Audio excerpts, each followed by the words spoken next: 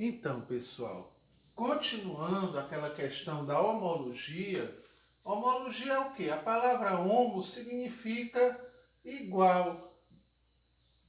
Logia vem de estudo, né? Então, quando a gente fala em estudar partes iguais, significa o quê? Por exemplo, aqui eu tenho o braço do homem, como eu estava falando, a pata dianteira de um cavalo, a falange de um morcego, né? E também a nadadeira de uma baleia. Se você prestar atenção, todos eles têm a ossatura iguais, só que anatomicamente elas vão se modificando, né? Por exemplo, como eu estava falando, o húmero. Então esse daqui é o húmero, ó. O húmero do braço de um homem, o húmero do braço de um cavalo, o húmero da nadadeira de uma baleia e o húmero da asa de um morcego. Eles têm proporções diferentes, certo? Mas todos têm a mesma estrutura. Então, quando eu falo em homologia, são essas estruturas que são iguais, apesar da função diferente. Porque o braço do homem ele serve para pegar as coisas. A pata é para fixar o cavalo no chão. A asa do morcego é para ele voar. E, no caso aqui, a nadadeira da baleia é para ele nadar. Mas a homologia é quando a gente pega essas partes, e essas partes elas têm, no caso aí, algo a ver com o outro. Isso daí é chamada evolução, pessoal. Então, cada animal foi evoluindo e foi utilizando essas partes da maneira que o meio exigia deles, certo? Então, é isso que é a homologia. Vamos continuar com o próximo slide. Então, deixa eu apagar aqui a lousa. Aí ele fala o seguinte, que os órgãos apresentam a mesma origem embrionária, são chamadas órgãos homólogos. Então, essas partes que têm a mesma estrutura é chamado de órgãos homólogos. Aí ele dá de novo o exemplo, homem, rã, morcego, golfinho, cavalo. No decorrer da evolução biológica, os membros de cada ser vivo foram se adaptando conforme as funções em meio que vive. Por isso sofreram muitas transformações. Esse processo se chama irradiação adaptativa. O que é essa irradiação? É, por exemplo, na necessidade do ser fazer a execução do uso desses membros, ele foi desenvolvendo. Uns desenvolveram, outros não. E outros se modificaram anatomicamente. Para quê? Para que pudesse sobreviver naquele meio. Como eu falei para vocês, a evolução ela vai de acordo com a adaptação do meio. Então, essa adaptação é chamada irradiação adaptativa. Ela foi criando condições daquele animal desenvolver um membro, né? No caso aqui, a pata, a nadadeira, a asa, para ele poder se adaptar a esse meio e tentar sobreviver. Tudo pautado naquela teoria de Charles Darwin, né? A teoria de seleção natural. Sobrevive aquele que se adapta melhor no meio ambiente. Então é isso que ele quer dizer. Irradiação adaptativa é isso. É quando você tem um membro, um órgão e precisa se adaptar para tentar sobreviver a esse meio. Mas também existem os órgãos análogos, né? Órgãos que apresentam a mesma função são chamados de órgãos análogos, mas a estrutura é totalmente diferente. No caso daqui, nós temos o inseto que é formado por uma substância chamada quitina e tem também nervuras nessa asa. A asa serve para quê? Para voar, né? Então, no caso de um pássaro, ele tem a mesma asa, só que tem uma formação óssea, já que o inseto não tem essa formação óssea, né? No caso aqui no lugar da quitina foi colocado o quê? Penas. Mas os dois, tanto a mosca como um pardal ou qualquer pássaro, foi criado asas para quê? Para que ele voasse. Então, quando isso acontece, ela é chamada convergência adaptativa. Nesse caso, da mosca e da asa da ave, no caso aí, elas têm a mesma função, mas só que as estruturas anatômicas é de constituição diferente. Uma é feita com ossos, outra é feita com quitina, uma tem penas e outras têm nervuras. Então é por isso que é chamado convergência adaptativa. E esses órgãos a gente pode dizer que eles são análogos, certo? Então a asa dos insetos e das aves tem ambas a mesma função de proporcionar voo. Esses órgãos apresentam a origem embrionária diferente, porém são análogos, que apresentam a mesma função, pois vivem no mesmo habitat e se adaptarem a ele. Esse processo é chamado convergência adaptativa. Então lembre que irradiação fora, convergência dentro, né? Então no caso, esses animais, eles precisaram, né, ter a mesma função, mas as estruturas deles são, no caso, diferente do componente, né? Então, penas, quitina, nervuras e água. Então, esses órgãos, eles são análogos, certo? Se alguém tiver dúvida, pode me perguntar pelo WhatsApp, sem problema, viu, pessoal? Só um minuto aqui que saiu, mas deixa eu colocar de novo. Isso acontece, né, pessoal? A gente também está aprendendo a trabalhar, no caso aqui, como vocês, certo? Então, deixa eu abrir aqui de novo. Então, pode acontecer isso aí, pessoal, porque a gente também não é craque nesse sistema de EAD, né? Então, pode acontecer de novo. Mas voltei aqui. Vamos lá. Deixa eu colocar aqui. Indo lá para os slides. Pronto, já falamos sobre isso. Agora a gente vai vir para esse conceito. Deixa eu diminuir aqui a tela. Pronto. Então, o conceito das espécies tem vindo a evoluir desde o século XVII, na qual a espécie era considerada sendo um conjunto de indivíduos idênticos entre si que dão origem, através da reprodução, novos indivíduos semelhantes, e eles próprios, no século XVIII, Linneu, para quem uma espécie se trata um conjunto de indivíduos, possui características morfológicas idênticas. Então, quando Linneu ele foi fazer a sua pesquisa, a sua catalogação de todos os seres no planeta, no caso, seja as plantas, seja as bactérias, seja os fungos, seja os animais, ele foi olhando as suas características morfológicas. Quando eu falo em morfologia, eu estou falando da estrutura desses animais. Então ele foi comparando, por exemplo, uma baleia com um ser humano, com um cavalo, e ele foi vendo se essas estruturas morfológicas eram idênticas e se essas estruturas ela executava a mesma coisa ou de forma diferente. Por isso que temos aí tanto a convergência como a irradiação, né, como a analogia e a homologia. Então, ele foi pegando essas características, por exemplo, um cachorro, de uma baleia, de um ser humano e comparando.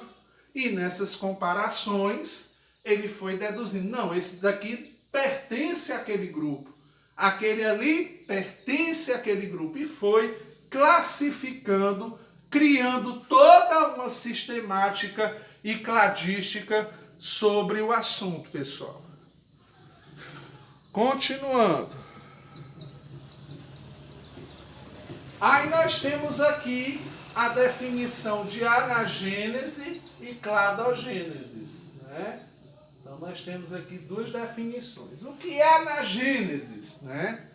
Anagênese, pessoal, representa a progressiva da evolução, características que surgem ou modificam, alterando a frequência genética de uma população, portanto, uma inovação orgânica favorável ou desfavorável, selecionada, adaptativa ao ambiente, que geralmente se estabelece na relação de permutação, mutação em cromossomos homólogos. Quando eu falo de anagênese, pessoal, eu tenho que entender que ele é um processo lento, mas ele vai se dar com o quê?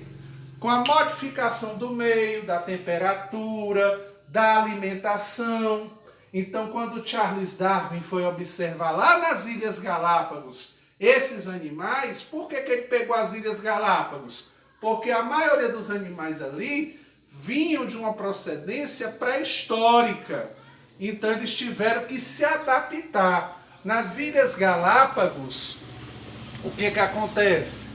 Lá ficou um arquipélago de ilhas, essas ilhas foram se isolando e o mesmo animal que morava em todas essas ilhas tiveram que se adaptar a esse meio através do quê? Da alimentação, da temperatura e de todos os desafios que tiveram que fazer para poder tentar evoluir. Exemplo que ele dá, se a gente pegar aí numa pesquisa no Google ou pegar um vídeo falando sobre as Ilhas Galápagos, né, Darwin, ele mostra os tentilhões, que era um pássaro que existia lá. E o que aconteceu? Esse pássaro existia em todas as ilhas, mas esse pássaro ele ficou isolado, cada um na sua ilha. E o que foi acontecendo? Esses pássaros tentilhões, eles tiveram o quê? Que se alimentar de acordo com o que a ilha proporcionava, de acordo com a estrutura ambiental daquela ilha.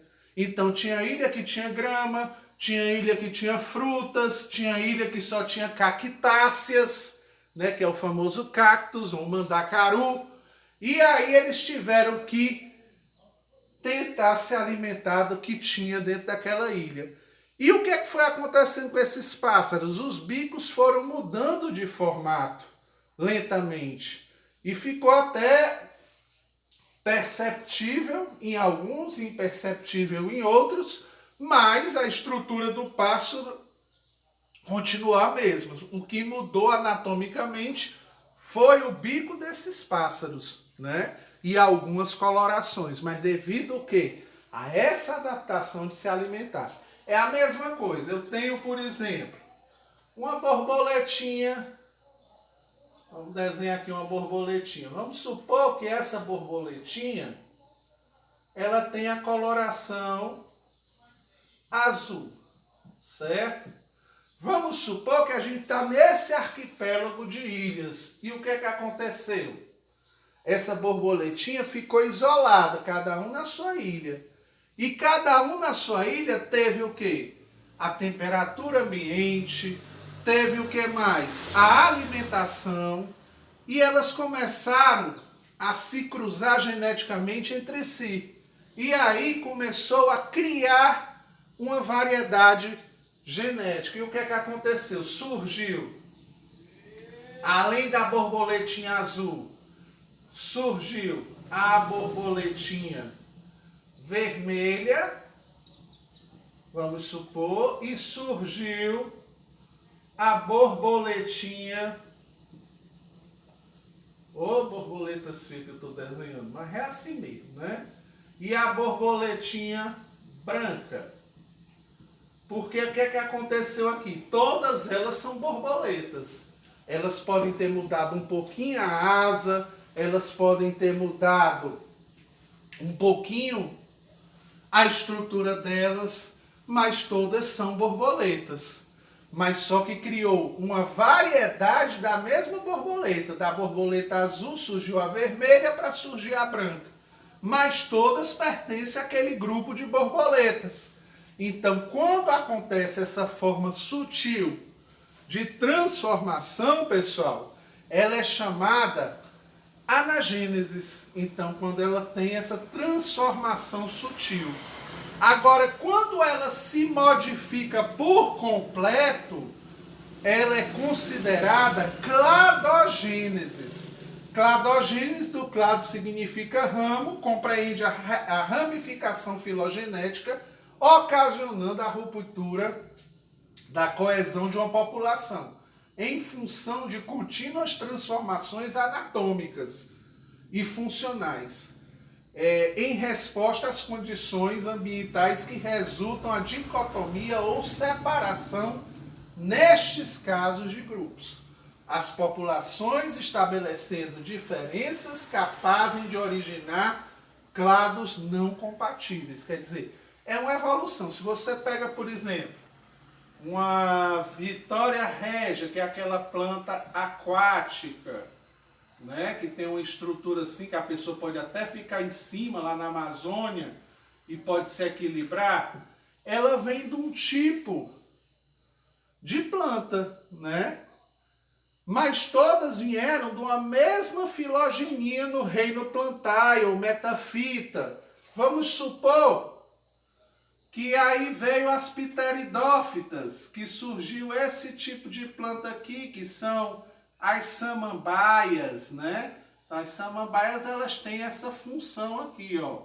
Então, totalmente diferente, né? Essa planta dessa, mas ela pode ter vindo de um grau evolutivo para se transformar nisso aqui. Então, houve uma evolução, né? Um sequenciamento genético, vai havendo permutação, mas só que ela rompe totalmente diferente com a mesma estrutura. Então, a anagênese, ela tem a mesma estrutura. Cladogênese, ela vai mudando as características físicas e anatômicas para tentar sobreviver no meio. Tanto é que a Vitória régia, ela vive em água. Já a samambaia, ela já veio para o reino das pteridófitas, porque anatomicamente são diferentes, né? Então, no caso aqui, elas sofreram essa modificação brusca para se adaptarem o que? A água e a terra. É bem diferente dessa que só vive mais na água, certo? Então, isso daqui eu posso considerar o quê? Uma cladogênese. E nesse aqui eu posso considerar o quê? Uma anagênese. Certo, pessoal? Então, qualquer dúvida é como eu estou falando. Me chama lá no WhatsApp que a gente tira essas dúvidas para vocês, certo? Então, a gente vai aqui passar para um próximo slide. Vou apagar o nosso quadro aqui, deixa eu apagar as nossas borboletinhas.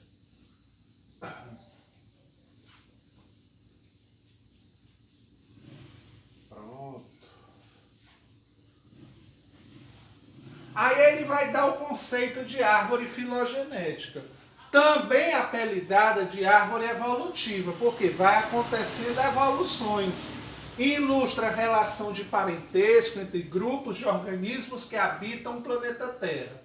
Para melhor explicar essa relação evolutiva, constrói-se um diagrama. É aquilo que a gente está vendo naquelas aulas em PDF dos exercícios, os cladogramas. A gente tem que saber interpretar o que é uma árvore evolutiva, né? Uma árvore filogenética. O que é um cladograma, né? Então a gente aprendeu isso e estamos revisando para poder falar sobre esse mesmo assunto, né? Então, para vocês terem uma noção básica disso.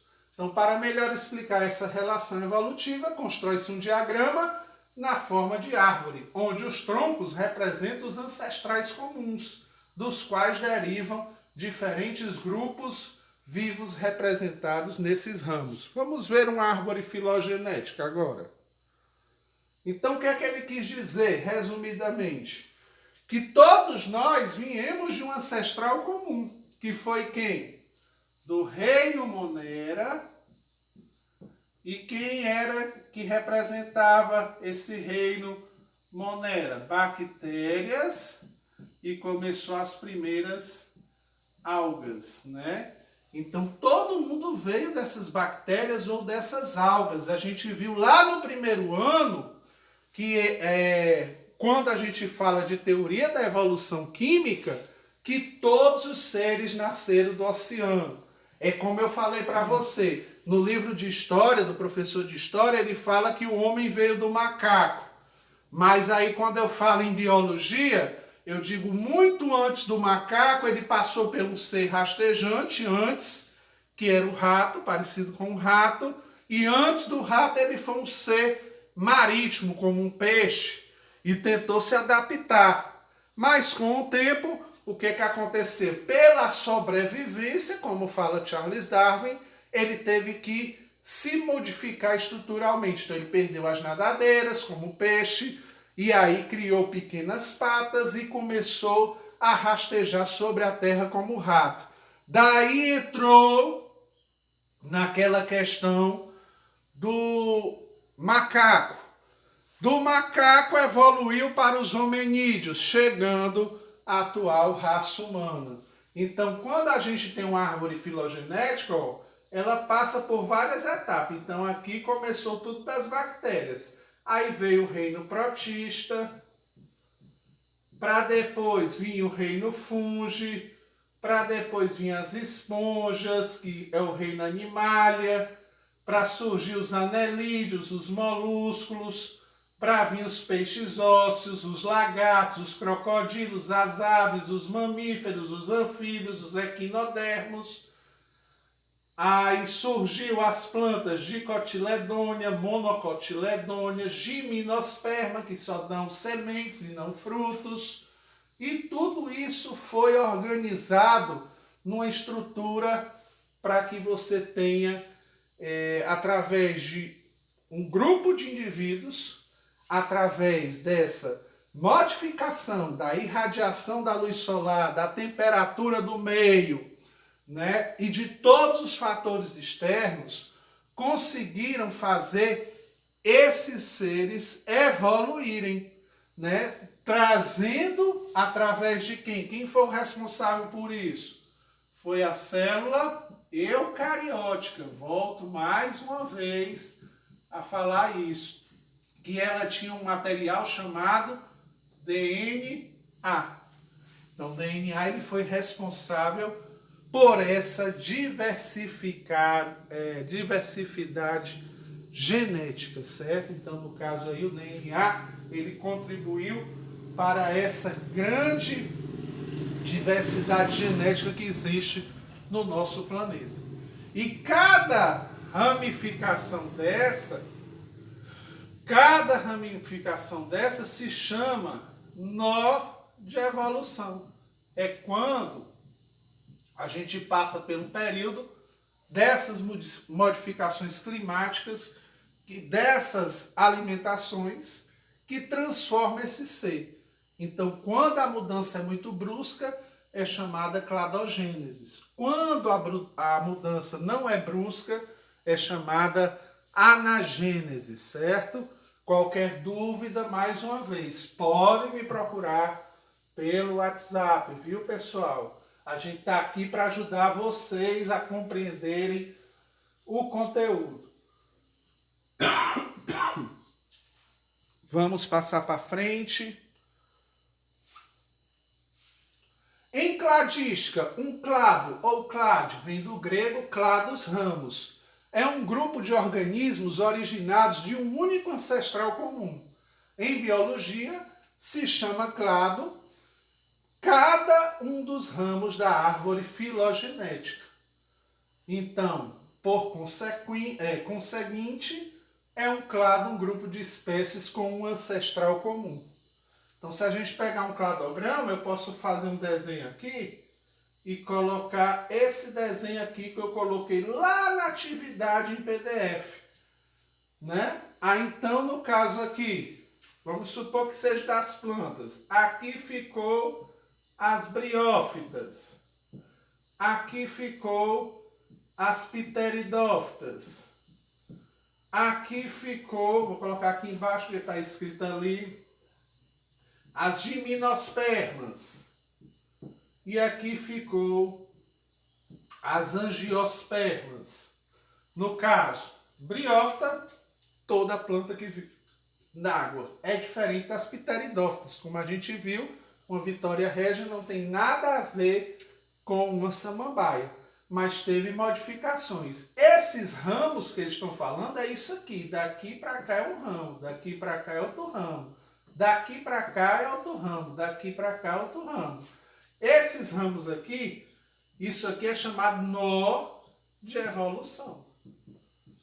Então, o nó de evolução, ele mostra que com a mudança do ambiente, com a mudança da sobrevivência, esse ser ele teve que mudar bruscamente a sua forma, né, para poder tentar sobreviver nesse meio. Então, essa ramificação é chamada clado, né? É os clados. Então, a gente lê assim, por exemplo, se eu perguntasse lá numa prova, qual é a evolução mais distante das briófitas? A briófita está aqui. Quem é o último na escala de evolução? Angiosperma. Então, tá vendo? Quem foi o sucessor das briófitas? Aí, briófitas veio quem? O grupo das samambaias, que era quem? As pteridófitas. Então, a gente tem que saber fazer a leitura desse cladograma, certo, pessoal? Vou pegar outro exemplo aqui. No caso, eu tenho essa árvore filogenética, ou cladograma, que a gente pode dizer. Aí ele fala o seguinte: para nascer esses macacos, lêmures, loures, tessários, símios e chegar ao ser humano, foi necessário ter o quê? Um ancestral comum. Quem era um ancestral comum? Era um ancestro arbóreo insetívoro, quer dizer, esses animais vieram da onde? Do inseto. É isso que ele está dizendo. Por que do inseto? Porque já devem ter analisado que geneticamente, desculpe aí pessoal, a gente tem esses contratempos de barulho, né? Mas esse inseto, ele foi tentar se adaptar ao meio e foi evoluindo. Então, passou o quê? Não foi da noite para o dia? Não, ó, ele passou numa escala de tempo de milhões de anos para poder se transformar, se adaptar e ficar nesse meio. Aí então ele criou os clados, né? Os clados evolutivos e foi separando esses clados evolutivos. Né? Por exemplo, o lêmure ficou aqui, o ser humano está aqui. Aí se eu perguntasse quem é o mais distante dos lêmures na escala de nó de evolução, seria o homem. Qual é o animal que mais se assemelha com o homem? Aí entre os símios, como o gorila. Né? Então, a gente faz a leitura assim. Isso aqui, professor, o que é? São os nós de evolução, as convergências que formam os diferentes seres, que é chamado cladística, certo, pessoal? Então, os nós de evolução. E o que é os nós de evolução? A gente passa por momentos onde temos que se adaptar com o meio ambiente. No caso agora, nós estamos passando por um processo de evolução com o Covid-19. Nós não temos os anticorpos. E qual é a adaptação no momento? Ficar em casa. Para quê? Para que a gente crie anticorpos devagar e quando criar esses anticorpos poder combater a doença. Ou crie uma vacina também para combater a doença. Mas enquanto isso, se todo mundo estiver na rua, o que pode acontecer? Todo mundo se infectar e a maioria morrer, porque a gente não tem no nosso sistema imunológico a defesa desse vírus, certo? Então deixa eu apagar aqui. Eu acho que está ficando bem claro, pessoal, é bem fácil, né? Dá para compreender. Então compartilhem, olhem esses slides que eu mandei para vocês, porque a gente também... para nós é uma experiência nova, para vocês também está sendo essa experiência nova de aula à distância, mas a gente tem que estudar, a gente tem que criar essa rotina de estudos, né? Então, a gente estava falando nas últimas aulas de reino, filo, classe, ordem, família, gênero e espécie. No caso, foi criada uma sistemática para a gente saber. Aqui é do maior, né, para o menor, né? Então, no caso aqui, maior quem é? Reino. Que passa para quem? Para filo, classe, ordem, família, gênero e espécie. É aquela palavrinha que eu falei para vocês. Ré. Caiu. Deixa eu botar. Desculpe aí, o celular caiu, meu povo. Mas é assim mesmo, a gente passa por essa situação. A gente passa por... Begônia, silêncio. Voltando. A partir de 1969, o então cientista estabeleceu um novo sistema de classificação. Quieta, só um minuto, pessoal. Quieta, só um minuto. Quietinha.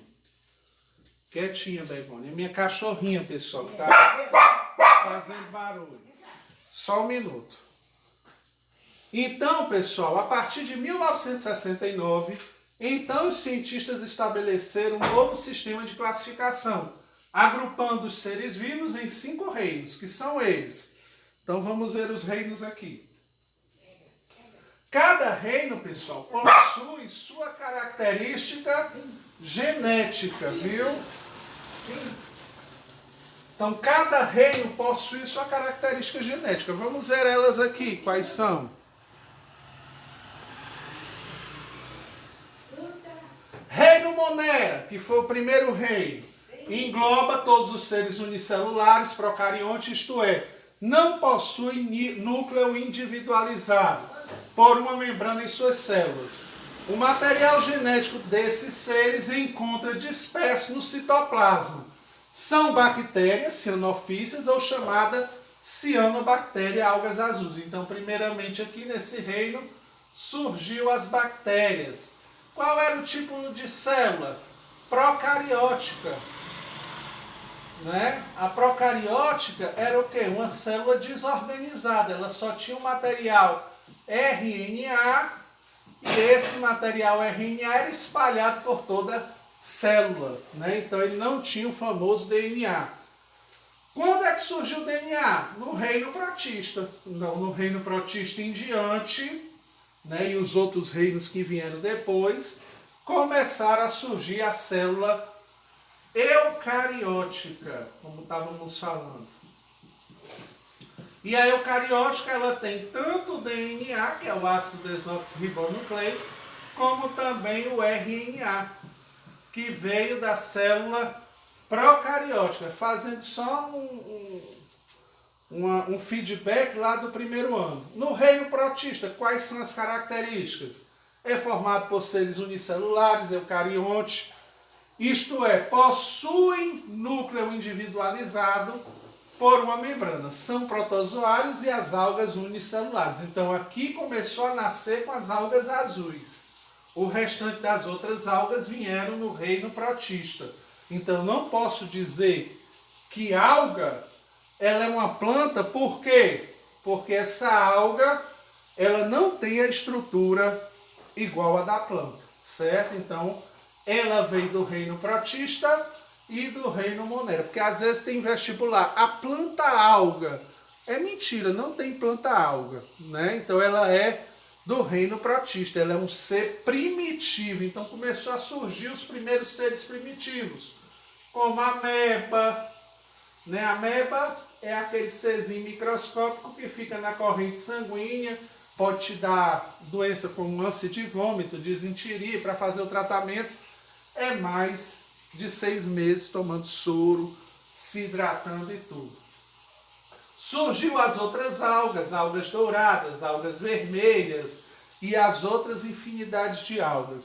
Surgiu também o paramécio e outros seres primitivos que foram decorrentes nessa evolução, pessoal, certo? Então, É diferente. Só o reino que teve a célula procariótica? Foi o reino Monera. Depois é que surgiu o reino, né, protista com a célula eucariótica. Precisou a célula se adaptar e a célula evoluir para poder surgir um novo reino. Certo, pessoal? Continuando aqui.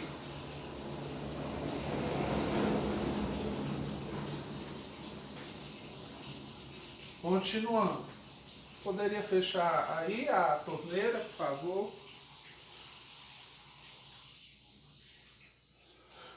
Reino dos fungos, ou fungi, ele já é de um reino que vem de uma célula eucariótica, certo? Que é aquela que eu acabei de explicar. Característica: engloba seres vivos, unicelulares, pluricelulares, heterotróficos. O que é heterotróficos?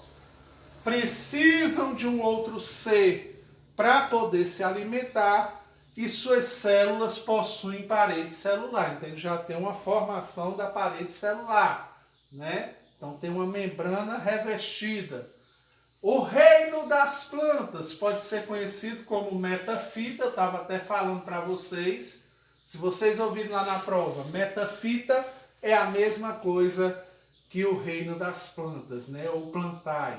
Engloba todas as plantas e são seres pluricelulares, autotróficos, quer dizer, produzem o seu próprio alimento através da fotossíntese. E possui tecidos especializados, quer dizer, tem uma estrutura mais complexa para poder tentar sobreviver. O reino dos animais, ou chamado metazoa. Eu até brinquei, quando você falar de fita, lembrem de fitoterapia. Fitoterapia é o trabalho que a gente tem de fabricar, por exemplo, remédios à base de planta. A gente faz um medicamento fitoterápico. Então, a palavra fita, de planta. Zoa, para você se lembrar, lembrem de zoológico. O que é que zoológico tem? Animais. Então, por isso que o reino animalia, ou metazoa, é a mesma coisa na hora de dizer. Então, tanto faz. Lá pode aparecer numa prova animalia ou metazoa. Metazoa, no caso aqui, são animais. Lembrem de zoológico, né? Então, nesse zoológico tem o quê? Animais. Engloba todos os seres vivos, pluricelulares. São heterotróficos. O que é heterotróficos? Precisam de um outro ser para poder se alimentar. Diferente de autotróficos, que produzem o seu próprio alimento.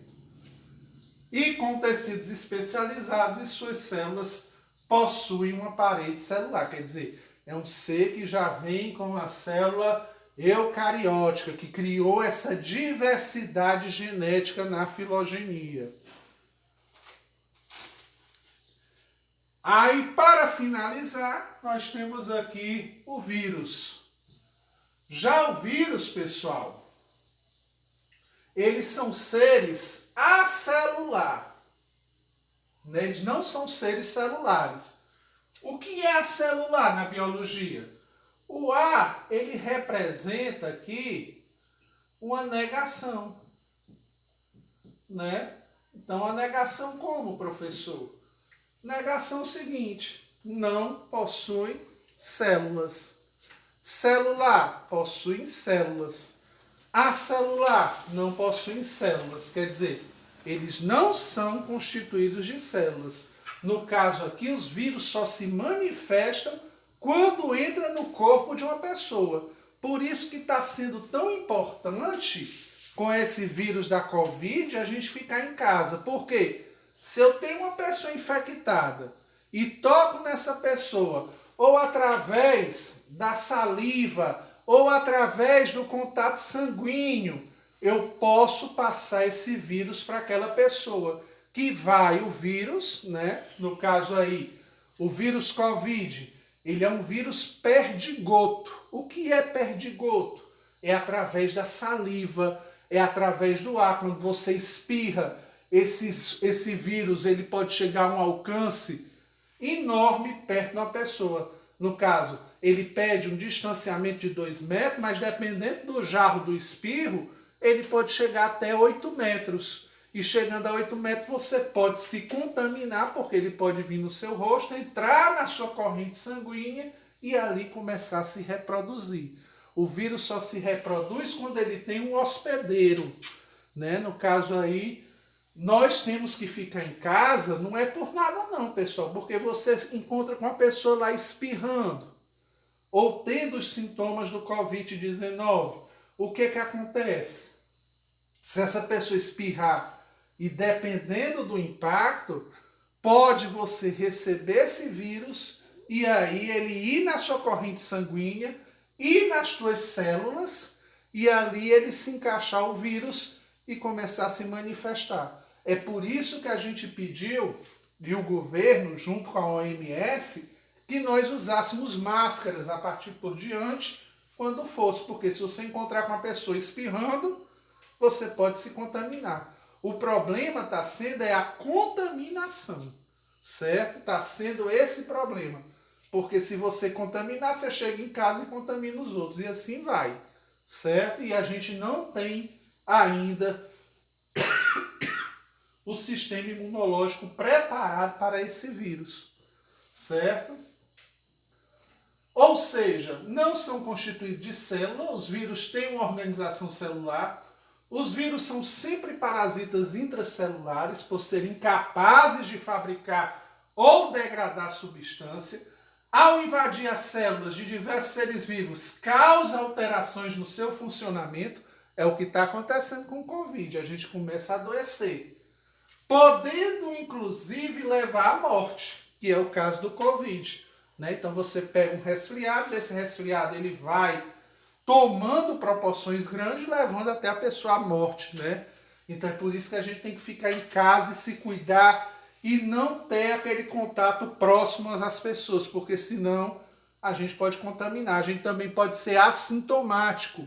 O que é assintomático? Sintomático é aquele que tem os sintomas da doença, como febre, como garganta, coriza, tudo isso. E assintomático ele pode não apresentar esses sintomas e acabar também contaminando as outras pessoas, né?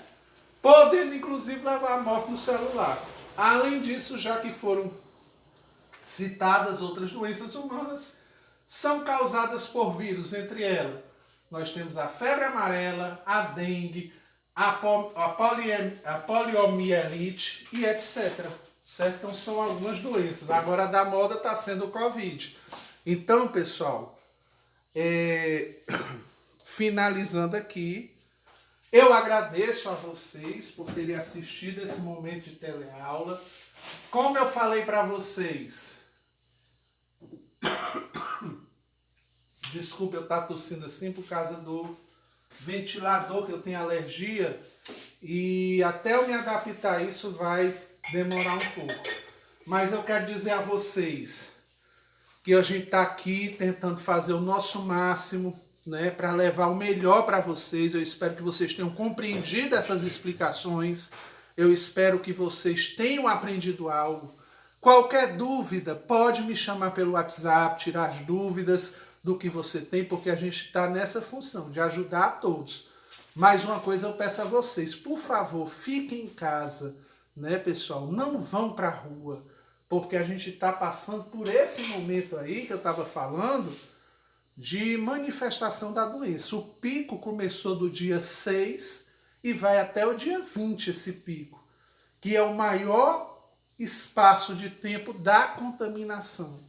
E se a gente ficar na rua, como eu estava falando, nós poderemos ser transmissores da doença ou se não pegar essa própria doença. Então temos que ter cuidado, né? Já que o vírus ele se alimenta das nossas células, eles sobrevivem através quando entra na nossa corrente sanguínea, certo? Então eu agradeço a todos, espero que tenham gostado dessa teleaula, né? Dessa aula remota, e a gente se encontra, né? Nas próximas aulas, a gente se encontra pelo WhatsApp e pelas outras ferramentas educacionais digitais que a gente tem por aí.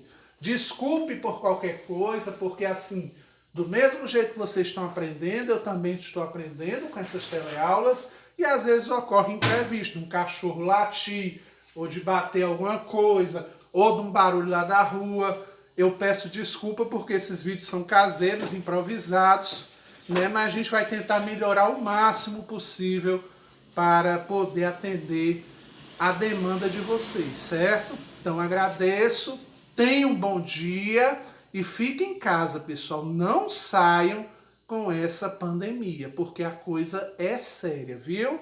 Obrigado a todos e um bom dia.